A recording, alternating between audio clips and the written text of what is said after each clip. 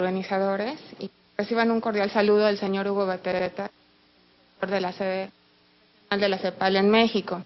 Yo les voy a hablar de lo que nadie quiere saber. Cuando ya ocurrió el desastre, una evaluación de desastres. En la región estamos propensos a tenerlas.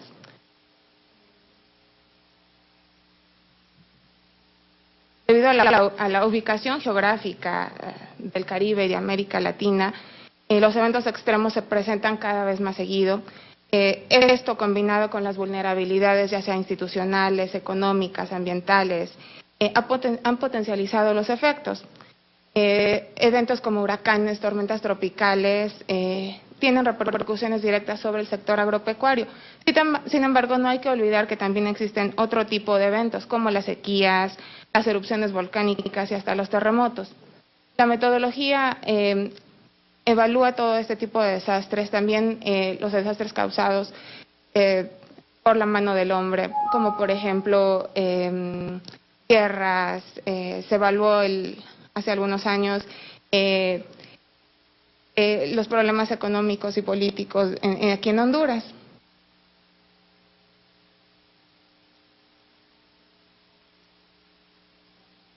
La agenda de la presentación va a ser la siguiente. ¿Cuáles son las tendencias en eventos extremos? ¿En qué consiste la metodología de evaluación de desastres? Algunas consideraciones para la evaluación en el sector agropecuario. El ejemplo de la evaluación que se hizo en la 12E en Centroamérica el año pasado. Y algunos elementos para la reducción del riesgo a partir de la evaluación. ¿Cuál ha sido la tendencia de los eventos extremos? Bueno, se ha observado que en las últimas 2 décadas se han incrementado el número de eventos. En la parte de arriba tenemos el número de inundaciones, comparando la década de 1970-1989, que son las líneas azules, con el número de inundaciones en 1990-2009, que son las líneas naranjas. Tal vez no se puede observar, pero aquí están todos los países de la región, y se observa que se han incrementado en más del doble. Lo mismo ocurre con el número de tormentas tropicales y huracanes. En el mismo periodo, en todos los casos, en todos los países de la región, el incremento ha sido sustancial. Ahora, hay que analizar cuál es la relación de la frecuencia de huracanes con el cambio climático. Esta relación está pendiente. Primero, si agrupamos todos los eventos, desde 1878, vemos que no tenían una tendencia, más bien fluctuaban. Pero a partir de 1990 vemos un incremento sostenido en el número de eventos. Ahora, si los diferenciamos por los eventos de corta duración y los de larga duración, los de corta duración son los menores de 2 días, que son las líneas, las barras rosas. Esos son los eventos de corta duración, que vemos que desde 1960 se han incrementado sustancialmente. Los de mediana y larga duración siguen un ciclo. Este ciclo es de alrededor de 30 años. Estamos por observar en los próximos años si este ciclo continúa o se da un incremento.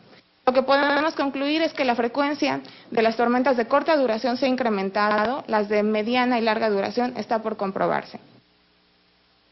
Lo que sí podemos ver es que existe una relación entre la temperatura superficial del mar y el poder de disipación de los huracanes. En esta gráfica ahí está la correlación entre el índice de poder de disipación de los huracanes y la temperatura superficial del mar. Esta es una correlación innegable, es una R cuadrado de 0.75. Entonces, lo que nos indica es que, si bien no podemos identificar que el número de huracanes se va a incrementar en el futuro, lo que sí podemos saber es que el poder, el grado de la intensidad de los huracanes se va a incrementar en el futuro. Y debemos de estar preparados para eso. Ahora, el ciclo post-desastre. El ciclo post-desastre se divide en 3, que es primero la emergencia, que es la preocupación de salvar las vidas. El segundo es la rehabilitación y recuperación, donde se trata de restablecer los servicios públicos, transporte y comunicaciones. Es en esta etapa donde se da la evaluación. Y la siguiente fase, que es la de reconstrucción, se trata de asignar los recursos, pero de una manera eficiente, dando prioridades a los sectores que la evaluación detectó. Lo que se trata en esta etapa es de no volver a reconstruir la vulnerabilidad, es decir, incrementar la capacidad de reacción para futuros eventos. Es decir, si se sabe que en una región no se debe de construir en las laderas, se trata de tratar de quitar a las personas de ahí y ubicarlos en otro lugar. La metodología de evaluación de desastres, CEPAL la lleva utilizando por más de 30 años. Es una metodología que se ha construido a partir de diversos actores y la participación de muchas instituciones. Es una metodología que se encuentra evolucionando, tanto con la experiencia de los usuarios, así como avances tecnológicos. Es una herramienta que nos permite cuantificar el impacto social, económico y ambiental, pero en términos monetarios. Es un procedimiento uniforme, de tal manera que los resultados son comparables, no tanto también entre países, pero también entre sectores. Es un instrumento que se utiliza para la toma de decisiones, ya dije, dando orientaciones y prioridades al proceso de reconstrucción, y se utiliza para la formulación de políticas y proyectos. El objetivo es medir en términos monetarios el impacto de los desastres sobre la sociedad, la economía y el ambiente del país o la región afectada. El resultado es que vamos a tener con un método con el cual se va a poder determinar el valor de los acervos perdidos. De esta forma, definir los requerimientos de reconstrucción en base a las regiones y sectores más afectados, para de esta forma determinar qué tanto el flujo económico, es decir, la disminución en la producción, va a disminuir, y determinar la capacidad del país para hacer frente a esa reconstrucción. Y si esta capacidad ha sido sobrepasada, ver las necesidades de cooperación internacional. La metodología se basa en identificar, primero, dividir por sectores, los sectores sociales, infraestructura y sectores económicos. Estos tres forman parte de las cuentas nacionales, por lo cual al final podemos expresar la disminución o los daños y pérdidas como porcentaje del PIB. Esto con el fin de analizar el impacto global y ver la magnitud del desastre.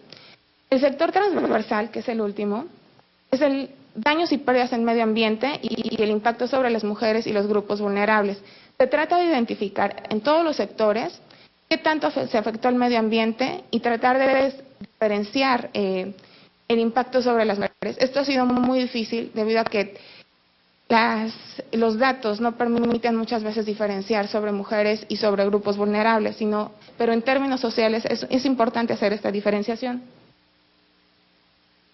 La metodología se basa en identificar los daños y las pérdidas. Los daños son el acervo perdido, es decir, el daño en infraestructura, en capital y inventario.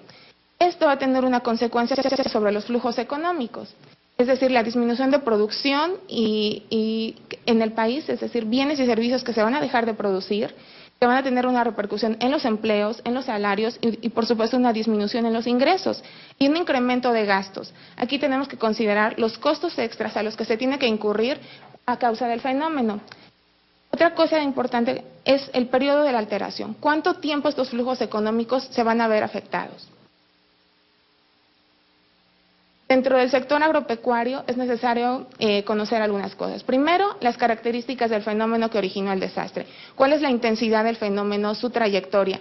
Para poder identificar las zonas afectadas, los sectores económicos que son afectados, también el tipo de cultivos que se daban en esta zona y el tipo de población afectada. También es importante la época del año agrícola.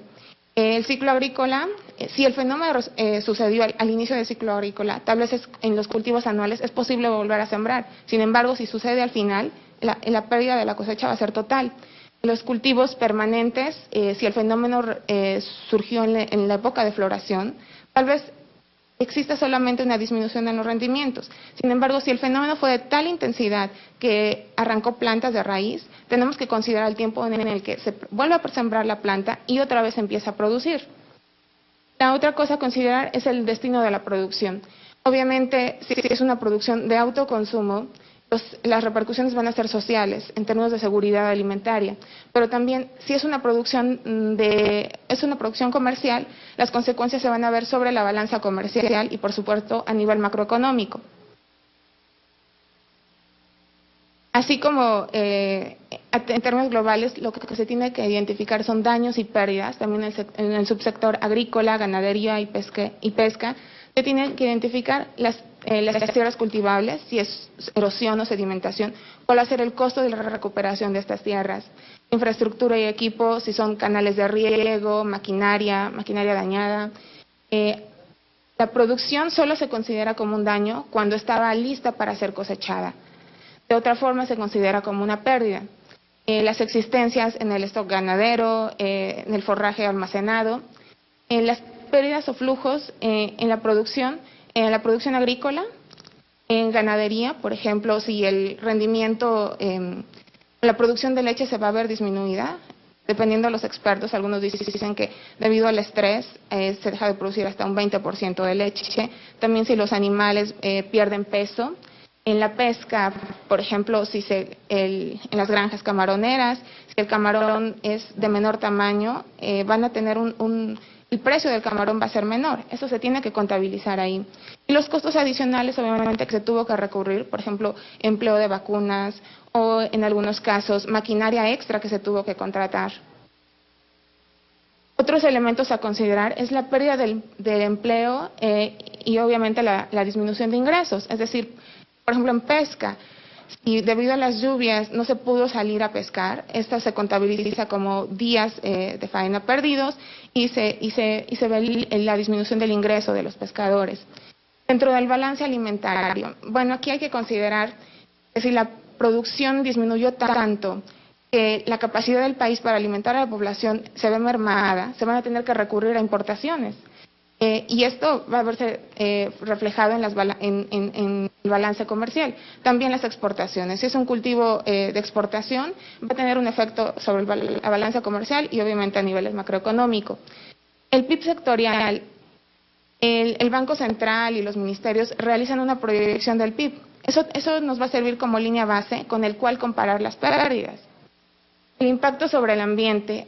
Es un poco complicado contabilizar el impacto en el ambiente.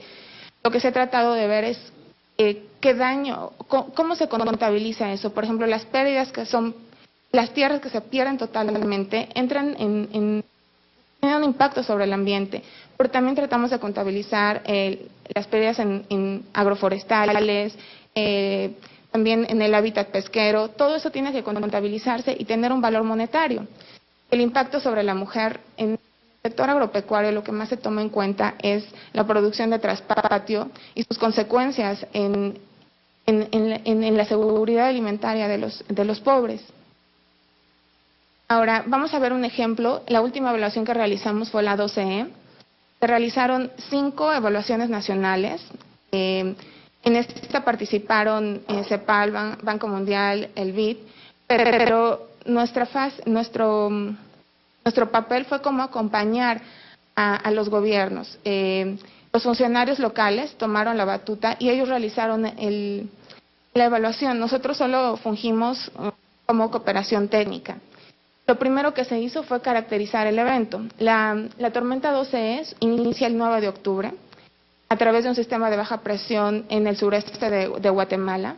El 12 de octubre se convirtió en depresión tropical. El 15 de octubre termina el sistema de baja presión en Guatemala y surge del lado del Atlántico. Las lluvias persistieron hasta el 20-21 de octubre. Lo que caracterizó a este evento fueron las lluvias intensas. Sin embargo, hay que considerar que no fue solo la tormenta 12E, sino el conjunto de sistemas que se formó alrededor de la tormenta. Aquí abajo están las imágenes satelitales de la tormenta, cómo surgió y después del 15 de octubre cómo se mantuvo. Es decir, tenemos que analizar la trayectoria para ver por dónde entra, cuáles son las zonas que fueron más afectadas, es decir, identificar zonas y regiones. Ahora, la estimación de daños y pérdidas. En azul tenemos el sector social, en rojo los sectores productivos y en infraestructura en color verde. El país que resultó más afectado fue El Salvador, después le siguió Nicaragua, Guatemala, Honduras y por último Costa Rica. Para verlo en términos, para analizar su magnitud, arriba está el porcentaje que representó esta pérdida, estos daños y pérdidas como porcentaje del PIB del 2010. Si bien en infraestructura El Salvador y Nicaragua fueron los más afectados, esto se debió a daños en carreteras y en puentes destruidos. Dentro de los sectores productivos, el sector agrícola fue el más afectado. Por ejemplo, en Costa Rica representó el daño daños y pérdidas dentro del sector productivo, el sector agropecuario representó el 100%. En El Salvador fue el 51%, también tuvo daños en industria y en comercio, también en turismo. En Guatemala representó el 83%, en Honduras el 91% y en Nicaragua fue alrededor del 86%. Analizando las pérdidas y daños dentro del sector agropecuario, vemos que el color que sobresale es el color verde oscuro, que es este. Son las pérdidas agrícolas, es decir, la disminución de producción. Los mayores impactos se concentraron en la producción de granos básicos, que fueron maíz y frijol, sobre todo en El Salvador fue maíz, en Guatemala también fue maíz, en Honduras y en Nicaragua también maíz y frijol. Ahora, también encontramos daños en ganadería. En Nicaragua se concentraron más bien en daños en cercas y en las pérdidas en pesca, que fueron en producción de camarón en Honduras y en Nicaragua de conchas. La mayor área afectada se concentró en granos básicos, fueron 45,000 hectáreas afectadas en Guatemala, el 82% de estas 45,000 correspondió a la producción de maíz.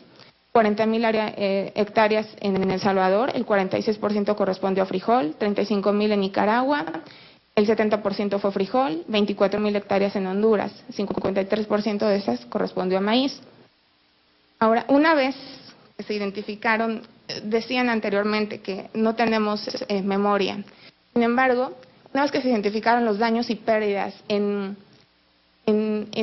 todos los sectores, se contabilizan o se trata de expresar cuáles son las necesidades con el fin de realizar proyectos.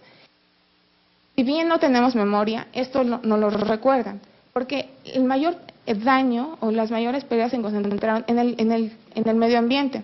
Pero esto se debió a que son vulnerabilidades que hemos estado arrastrando. Son daños en manglares, son daños que no han sido en los cuales no se les ha puesto atención en los demás eventos extremos. Por ejemplo, en infraestructura.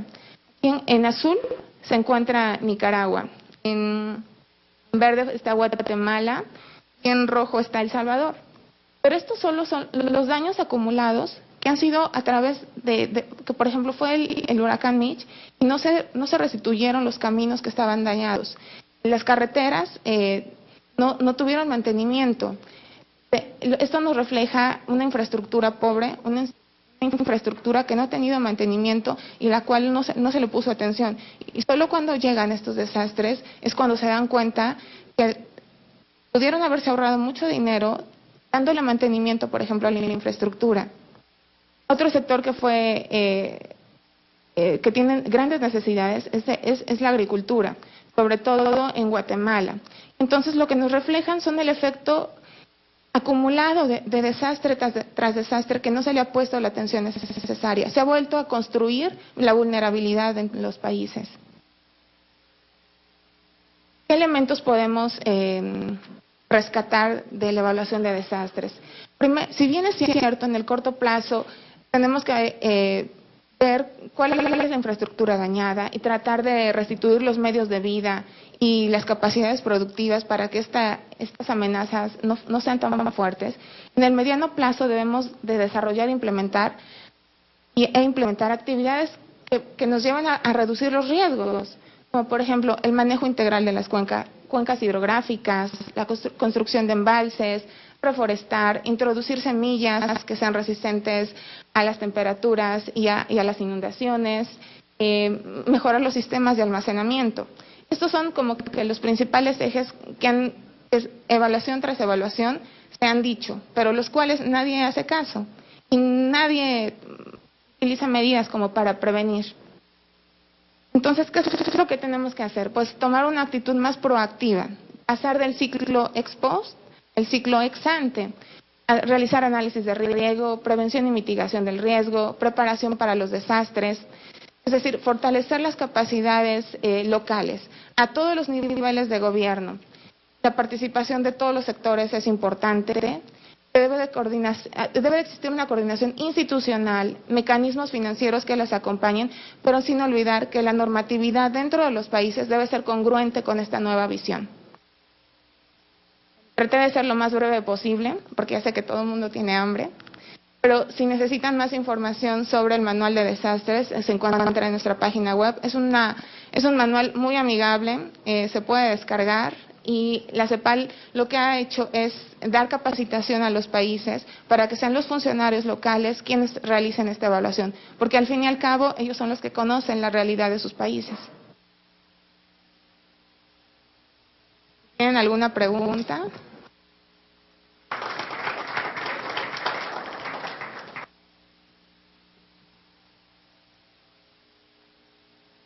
Ya están muy cansados. Bueno, buenos días. No, realmente no es pregunta, es un poco, me parece que todos hemos estado hablando de los daños a la parte física, ¿verdad? Nos concentramos en esto, en la parte física. Cuántos daños a inventarios, a tierra, capital, infraestructura. Pero parece nos hemos olvidado un poco el daño también a las personas. Cuando ocurren este tipo de desastres, normalmente hay un daño en la parte emocional, y como alguien mencionaba, estrés también en las personas. Yo creo que entonces habría que agregar a este tipo de, a este tipo de daños esa otra variable que tenemos que tener en cuenta.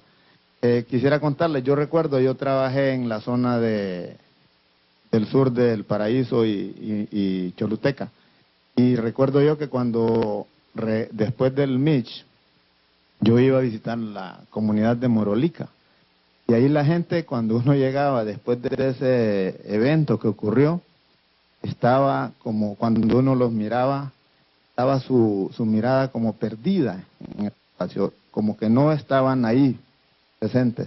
Entonces yo creo, pues, traigo eso porque me parece que hay que agregar esta variable a este tipo de eventos. Ok, muchas gracias.